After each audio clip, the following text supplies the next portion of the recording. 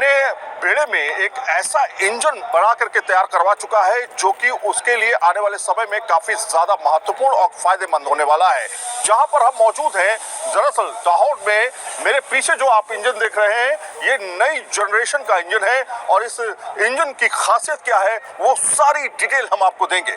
हम इस समय जहां मौजूद हैं, यहाँ लोकोमोटिव का ये पूरा का पूरा बेड़ा जहां पर ये इंजन तैयार किया गया, सीमेंस कंपनी ने इसको तैयार किया है। लेकिन आप तस्वीरों में देखिए, ये नए तरह का नया इंजन है जो कि 9000 हॉर्स पावर का है। 9000 हॉर्स पावर का इसलिए क्योंकि इससे कहीं ना कहीं स्पीड जो है वो बढ़ेगी और साथ में जो फ्रेट कॉरिडोर है हमारा, उसमें जो समय लगता है अभी तक, वो उसमें भी कहीं ना कहीं फायदा पहुंचेगा। यानी कि माल ढुलाई जो होती रही है अभी तक, उसमें इंजन की जो स्पीड रही है वो 35 से 40 किलोमीटर प्रति घंटे की रफ्तार तक रही है। लेकिन इस इंजन के जुड़ जाने से जो स्पीड होगी वो करीब करीब 75 किलोमीटर प्रति घंटे की रफ्तार से हो जाएगी और उससे जो माल भाड़े में करीब 8 से 10% की गिरावट दर्ज की जाएगी। खासतौर पे उन लोगों का फायदा होगा जो अपना माल एक जगह से दूसरी जगह रेलवे के माध्यम से भेजते हैं। हमारे साथ में सचिन भदौरिया जी जुड़ेंगे जो कि हमें बताएंगे इस इंजन की खासियत क्या है और ये क्यों हमारे लिए, भारतीय रेलवे के लिए और खासतौर पे माल ढुलाई वाले इंजन जो है उनके लिए, उस सेक्टर के लिए फायदा पहुंचाएगा। किस तरह की इंजीनियरिंग है ये और इससे क्या फायदा होगा? देखिए, देश में जिस प्रकार से लॉजिस्टिक की कॉस्ट जो बढ़ती चली जा रही है, उसको कम करने के लिए एक बहुत बड़ी चुनौती है। आज से करीबन 12-13 साल पहले जो लॉजिस्टिक लगभग हमारा 26% के आसपास हुआ करता था, इस समय 13-14% के आसपास आ गया है। उसको और घटाने के लिए 10% से नीचे लाने के लिए सरकार का लक्ष्य है और उसको यातायात की जो तेज गति से जो अगर हम व्यवस्थाएं करेंगे हम जाके, तो लॉजिस्टिक कॉस्ट में कमी आती है। तो हम जानते हैं कि डेडिकेटेड फ्रेट कॉरिडोर बन चुका है, वेस्टर्न और ईस्टर्न लगभग कंप्लीट हो चुका है। इस साल के आखिरी तक जो है हमारे दोनों डेडिकेटेड फ्रेट कॉरिडोर 100% कैपेसिटी पर काम करने लगेंगे। तब हम जब माल वाहन की जो क्षमता को बढ़ाना चाहते हैं जाके, अभी डीएफसी के ऊपर हमारी अधिकतम जो रफ्तार है मालगाड़ियों की वो 100 kmph है। अब हमें इससे अधिक अगर बढ़ाना है तो हमें ज़्यादा शक्तिशाली इंजन की ज़रूरत है।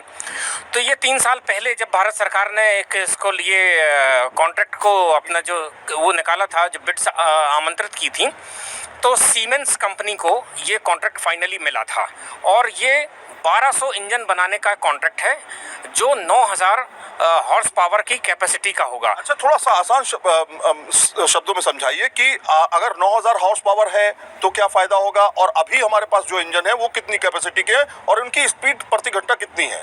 अभी अधिकतम जो WAP हमारे जो 6000 हॉर्स पावर का एक इंजन चलता है।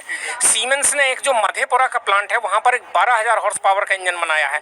वो दो देखें तो आप 6-6000 के 2 लोगों को जोड़ करके उन्होंने एक कंबाइंड करके कॉम्बो जैसा बना करके उसके माध्यम से चलाया जा रहा है। लेकिन ये एक यूनिट है, ये 9000 हॉर्स पावर का है। ये बहुत महत्वपूर्ण है क्योंकि जब ये गाड़ी, इसकी क्षमता जो है अगर आप देखें तो 4500 टन कार्गो की 120 kmph की स्पीड पर ये खींच करके ले जा सकता है आराम से। तो ये जो है एक भारत में एक बड़ा माइलस्टोन है अच्छा, क्या रेलवे जो यात्री इंजन है उनके लिए भी कोई काम हो रहा है या नहीं हो रहा है? नहीं, रेलवे के यात्री इंजन के लिए तो काम हो ही रहा है और अब भारत सरकार ने अभी जो रेलवे ने एक योजना बनाई है अमृत भारत के लिए, जैसे ट्रेन सेट का सिस्टम है वंदे भारत का, इसी तरह से पुश पुल ट्रेन सिस्टम बनाया है अमृत भारत का। उसमें गाड़ी के दोनों तरफ इंजन लगाए गए हैं जिससे ये आपका एक्सीलरेशन और डी एक्सीलरेशन दोनों बढ़ जाता है। तो ऐसी स्थिति में जो दोनों तरफ इंजन लगा करके वो 6-6 हज़ार हॉर्स पावर का, 5-5 हज़ार, 4-4 हज़ार, इस तरह से अलग अलग कॉम्बिनेशन अभी बनाकर टेस्टिंग भी चल रही है। तो अमृत भारत अभी 2.0 का नया जो रैक आने वाला है उसमें 6-6 हज़ार। माल भाड़ा जो है, अगर इस तरह के इंजन हम लगाते हैं, अप्लाई करते हैं, तो माल भाड़े में कितनी कमी आ जाएगी? जो कॉस्ट लगती है लोगों की जो ट्रांसफर करते हैं एक जगह से दूसरी जगह माल, उनमें कितनी कमी आप देख रहे हैं? देखिए, माल की जब ढुलाई होती है तो उसमें कितना कम से कम टाइम, अगर ज़्यादा समय अगर बच रहा है, जितना समय बचेगा उतनी कॉस्ट कम आती है।